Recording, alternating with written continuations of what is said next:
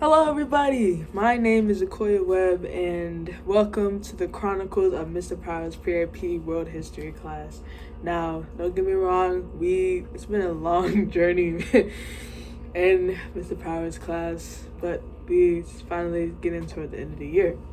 And I have gotten a topic, fortunately, that goes all the way back to the beginning of the year, which is the four major river valley civilizations. Now, there are a lot more river valley civilizations, but I'm just going to go over the four major ones because I do recall learning those. So the first one we're going to be doing is ancient China, and this river valley civilization is known as the Yellow River Valley or the Huanghe civilization. And so that's what is known as in English the Yellow River Valley. That's really what it's gone by, but it is actually the Huanghe. Sorry. All right, so this civilization began in ancient China in 4000 BC, pretty early, right? And so the actual river stretches across China for over 2,900 miles. And so to give you a visualization, it goes from Mongolia all the way to the Pacific Ocean. And that's that's actually pretty long, don't get me wrong, okay? All right, so to actually give you some information about the actual civilization, we're going to talk about it. The actual river was actually the start to many vast Chinese empires, and in total I was able to find 7. So we got the infamous Xia dynasty, which was actually the first in Huanghe, and it lasted for 500 years. And then the other ones include the Jin dynasty, which was established in 221 BC. We got the Tang dynasty, Han dynasty, Sui dynasty, Shang dynasty, and last but not least, the Zhou dynasty. And so the Jin dynasty, like I said, began in 221 BC. And basically that one just expanded the China's territory. They just getting started, trying to get into it. Then we got the Tang dynasty, which is known for its golden age and the cultural development of China in itself. The Han dynasty was actually very powerful. It conquered a lot and makes the eastern and western part of China. Sui dynasty was very short-lived, but included the unification of China. And then last but not least, the Shang dynasty is known for its army. So that's about it for the ancient Chinese dynasty. To conclude it, how it ended. Famine was something that went along in China for years, and it's actually one of the reasons why most of the empires fell. And then the last dynasty fell because the emperor actually ended up passing away, and so the empire began to divide. And so that concludes it for the for ancient China. Right, sorry for that pause. But the next one we got up is the Indus River Valley, which is in India. So it actually spans from modern Afghanistan to Pakistan and northwest India, and it lasted from about 330 to 1300 BC. It's also known as Harappan civilization, and it is located in the Indian subcontinent, the oldest known civilization. That's where it was located.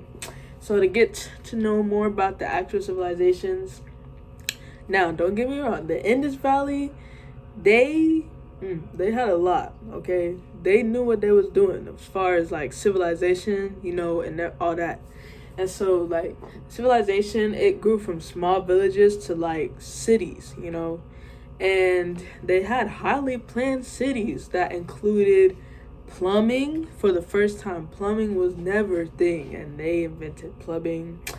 Grid systems, brick platforms, I'm talking advanced cities. They had everything, toilets, all that. And they also have proven remains of shops like you got pottery, craft workshops, that kind of stuff. So that's how like that kind of explains like how developed the Indus Valley, civilizations were. They are very developed and industrialized, like way ahead of all the other ones. They it actually developed in three phases. We got the early Harappan phase, which was 3300 to 2600 BC. Then they got the mature Harappan phase, which was 2600 to 1900 BC, and then the late Harappan phase, which was 1900 to 1300 BC. All right, and now to wrap it up about how most of the civilization ended. It actually just started to decline like a little after the late Harappan phase in 1800 BC, but it's not proven for sure how they exactly ended. But one theory is that maybe a nomadic tribe known as the Aryans invaded and conquered the civilization. So that's it for the Indus River Valley civilization, and on to the next one. Excuse me. Alright, so now we have Egypt, the infamous Egypt. So Egypt is known for the Nile River. Everyone knows about the Nile River. It is actually proven the longest river in the world, okay? But it actually wasn't until 3800 BC that valley inhabitants actually began to like form cohesive civilizations. Like there were civilizations before, but until 3800 BC, that's when like inhabitants began to form cohesive ones. So speaking of the Nile River, as I just said, it was the longest river in the world. It stretches 4,200 miles. Okay, that's a lot. But to get on to the actual civilization part, which I'm pretty excited about, because everybody knows about Egypt. So early Egyptians began to grow crops such as beans, wheat, and cotton, and this was because I don't want to get into it too early, but the Egyptians, they also had their stuff together too, and they actually invented a lot of things. And because of the inventions that we have today, most of them come from the Egyptians, sorry. And so that's how they had an advantage because they were able to grow a lot more stuff. Like I said, beans, wheat, and cotton. Okay, and over the course of the years in the Egyptian civilization, many things were invented. So we got the 365-day calendar. We got papyrus paper, which was actually very, very abundant, like across the Nile River, and papyrus was something that grew along the Nile River, so it was pretty abundant, which explains why specifically papyrus paper. Then we got pyramid structures, of course, one of the first civilizations to have a pyramid structured, buildings. We got writing, more like an advanced form of writing, and we got black ink, the sickle, the police, which I recall back in when we were actually learning about River Valley civilizations in Mr. Power's class. We were learning about this worksheet. I still remember it was talking about how in Egypt, police consisted of a person and two monkeys that took a position of modern day canines for police officers. And so they would actually end up catching criminals with monkeys. So that was actually pretty fun. I still remember that. And then lastly, we got makeup and then clocks. And the list still goes on. There's a lot more that the Egyptians ended up inventing, but those are some of them. So also, Egypt is also known for its social class. We got the upper class, middle class, and the lower class. The upper class is pretty self-explanatory. We got the royal family, like the king, queen, princess, then you got priests, doctors, and then the rich landowners. Okay, the middle class included merchants, artisans, and manufacturers, pretty basic. And then the lower class, which is also pretty self-explanatory, because we know in Egypt they consisted of slaves, which were in lower class, peasants, unskilled laborers, and then lastly convicted criminals. And so, yeah, that's a lot that happened in Egypt, pretty exciting. And then to top it all off, how Egypt civilizations began to collapse around 2150 BC, and basically due to the death of the pharaoh Pepi II. And so it began to collapse. That's when everything started to get out of hand for Egypt. So, yeah. And then last but not least, we have the Tigris Euphrates. Sorry about all that commotion. There's a lot of paper going on. Sorry about that.